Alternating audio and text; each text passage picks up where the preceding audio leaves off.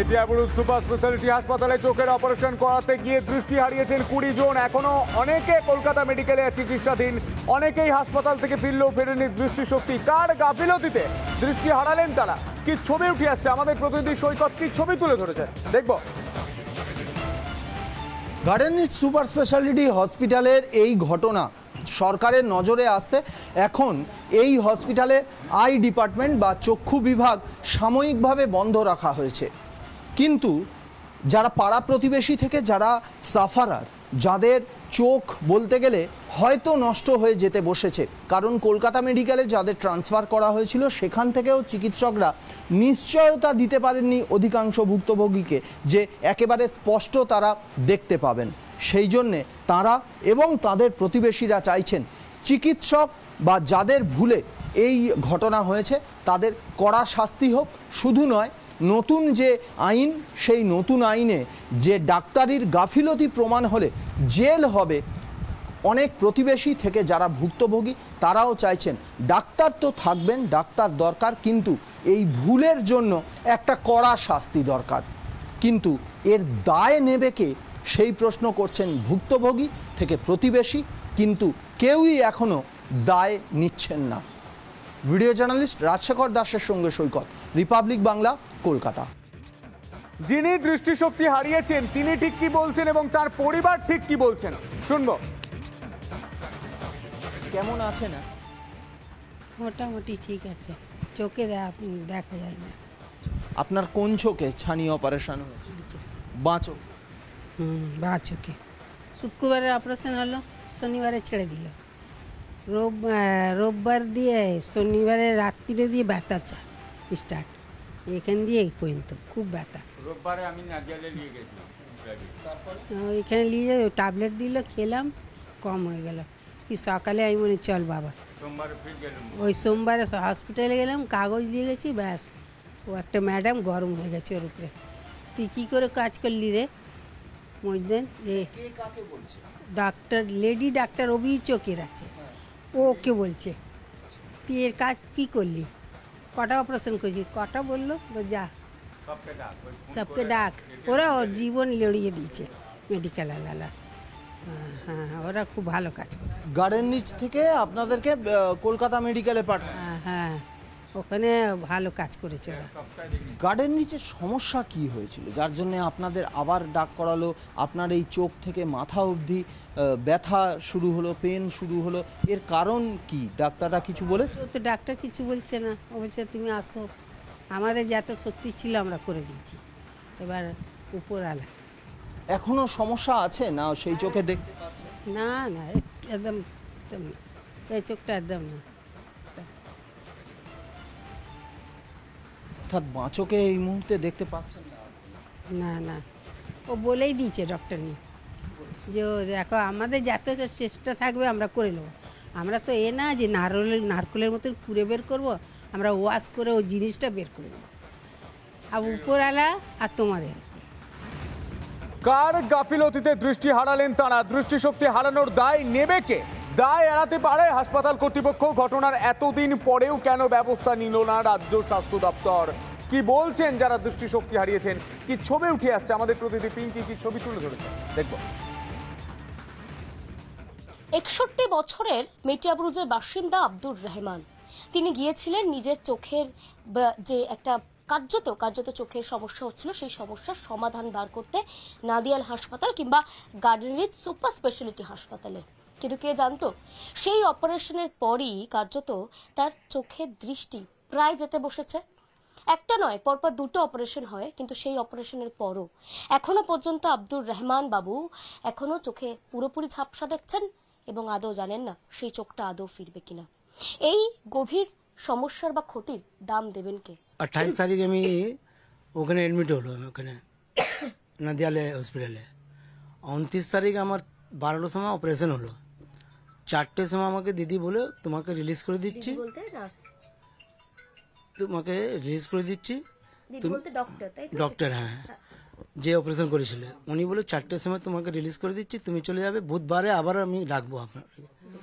উনি হঠাৎ করে মঙ্গলবার আমাকে ডেকেছে, তুমি তাড়াতাড়ি নাদিয়ালে চলে আসে। কিছু বললো না, বলে তুমি চলে আসো, আমি কথা আছে। গিয়েছি আমি এই লুঙ্গি আর শার্ট জামা পরে গিয়েছি, ওখানে 5টা লোক আর বসা ছিল, একসঙ্গে আমাদেরকে 6টা জনকে নিয়ে মেডিকেল কলেজে নিয়ে গেল। তারপর আমার কাছে কেউ ছিল না বাড়ির লোক, আমি একা ওখানে অ্যাডমিট হলো। অ্যাডমিট পরে আমাকে 4 ঘন্টা পরে উপরে নিয়ে গেলো অপারেশন থিয়েটারে, যা ইঞ্জেকশন ছিল ইনফেকশনে ওটা দিয়েছে। দেওয়ার পরে বুধবারে আবার বৃহস্পতিবারে আবার আমাকে নিয়ে মেডিকেল ওখানে অপারেশন থিয়েটারে নিয়ে গেলো, আমাকে 2 ঘন্টা বসিয়ে তারপরে আমাকে ডাকলো, ডাকে আমার যা দিল অপারেশন হয়ে গেল। অপারেশন হওয়ার পরে আমাকে ওয়ার্ডে দিয়ে দিল। তারপরে একদিন পরে আবার ডাক্তার সাহেব আমার কাছে আসলে, তুমি ভালো আছে, তোমার ঠিক আছে, আরও একদিন থাকো, তারপরে একদিন পরে তোমাকে আমি ডিসচার্জ করে দিই, তোমার চোখ ভালো আছে। কিন্তু আমার চোখটা ভালো নেই, আগে যে অপারেশন আগে আমার যা ছিল ওর থেকে খারাপ হয়ে গেছে। অপারেশনের আগে যেমন ছিল? হ্যাঁ, অপারেশন আগে ওর থেকে ভালো ছিল, অপারেশন পরে আবার খারাপ হয়ে গেছে। আপনি প্রথম দিন অপারেশন হওয়ার পর কিরকম চোখে দেখছিলেন? মানে প্রথম আপনি কখন বুঝতে পারলেন আপনার চোখে সমস্যা হচ্ছে? এটা বুঝতে পারলাম আমি বুধবারে, মানে আমাকে বুঝতে পারলাম কি ঝাপঝাপ দেখা যাচ্ছে। তারপরে দিদি সেই দিন আমাকে ডেকে দিল, তুমি তাড়াতাড়ি নদিয়াল থানাতে এসে নদিয়ালে হসপিটালে এসে যাও। তো আমি জিজ্ঞাসা করি কেন, বলি না তুমি এসে যাও, আমি নিয়ে। তারপর হঠাৎ করে আমাকে মেডিকেল কলেজে নিয়ে গেল, ওখানে দিদি নিজে সঙ্গে থেকে ওখানে অ্যাডমিট করলো আমাকে।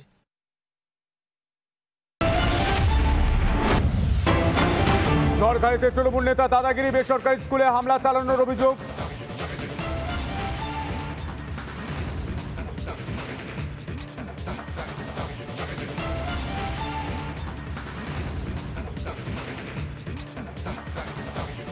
ঝড়খালিতে তৃণমূল নেতা দাদাগিরি, বেসরকারি স্কুলে হামলা চালানোর অভিযোগ। ভাঙচুর চালানো হয় স্কুলের আসবাবপত্রের সিসিটিভি ও ভাঙচুরের অভিযোগ। পঞ্চায়েতের উপপ্রধানের বিরুদ্ধে অভিযোগ।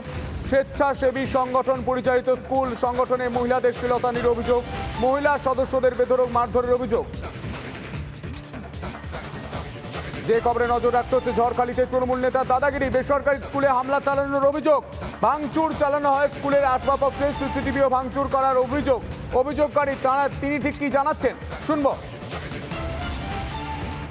আমাদেরকে মারে, সব পুরুষরা মিলে আমাদের চুলের মুঠি ধরে টানতে টানতে নিয়ে যায়। আমাকে কোমরে, বুকে, মানে আমার লজ্জা লাগছে বলতে, মানে আমার ব্যথা করছে এখনো।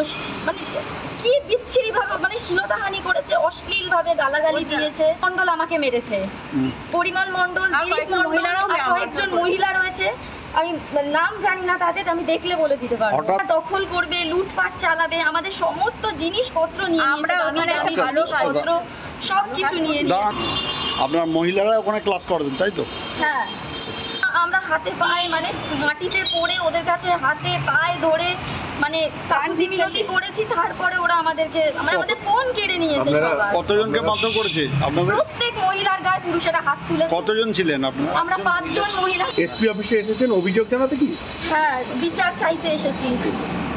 আমাদের উপরে যে আর এই ঘটনায় উপপ্রধান দিলীপ মণ্ডল তিনি ঠিক কি বলছেন শুনবো।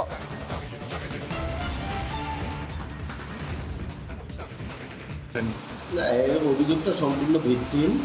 যে অভিযোগ কোনো গুরুত্ব নেই অভিযোগের, কারণ তাদের মতন করে তারা অভিযোগ করেছে।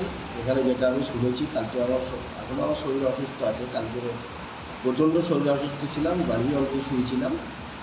তারপরে আমি শুনলাম, আমি পরে এসেছিলাম, যে শুনলাম এখানে কিছু মহিলারা চড়া হয়ে এখানে যে স্কুলটা চলছিল, সেই স্কুলের ম্যাডাম যারা ছিল তাদেরকে এখান থেকে জায়গা দখল করার কোনো প্রশ্ন নেই, কারণ জায়গাটা তো ওনাদের না। জায়গাটা যদি ওনাদের থাকতো তাহলে দখল করে নিত। জায়গাটা হচ্ছে একটা খাসল্যান্ড জায়গা, যেটা স্কুলের জায়গা এখানে ছিল, এবং এখানে একটা বৃহৎ মন্দির একটা হচ্ছে, সেহেতু জায়গাটা তো ওনাদের, ল্যান্ডটা তো ওনাদের না। ওটা একটা জুনিয়র স্কুল ছিল, সেই জুনিয়র স্কুলে যাতে ওখানে নতুন শিক্ষাবর্ষের থেকে যাতে মাস্টার ওখানে নিয়ে হয়, সেইভাবে ডিআই থেকে শুরু করে সমস্ত জায়গায় কথাবার্তা। আর এই ঘটনায় স্থানীয় তৃণমূল নেতা তিনি ঠিক কি বলছেন শুনবো।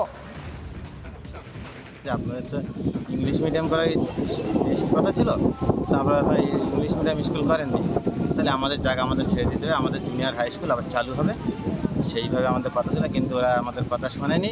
আমরা বাধ্য হয়ে এসপি অফিস টফিস সব দিকে আমরা দরখাস্ত দিয়েছি, এবং আগামীকাল আমরা ওদেরকে বলেছিলাম, গ্রামের মহিলারা এসেছিলো যে আমাদের যেটা ছিল এই জুনিয়র স্কুল সেটাই চলবে, আপনারা চলে যান এখান থেকে।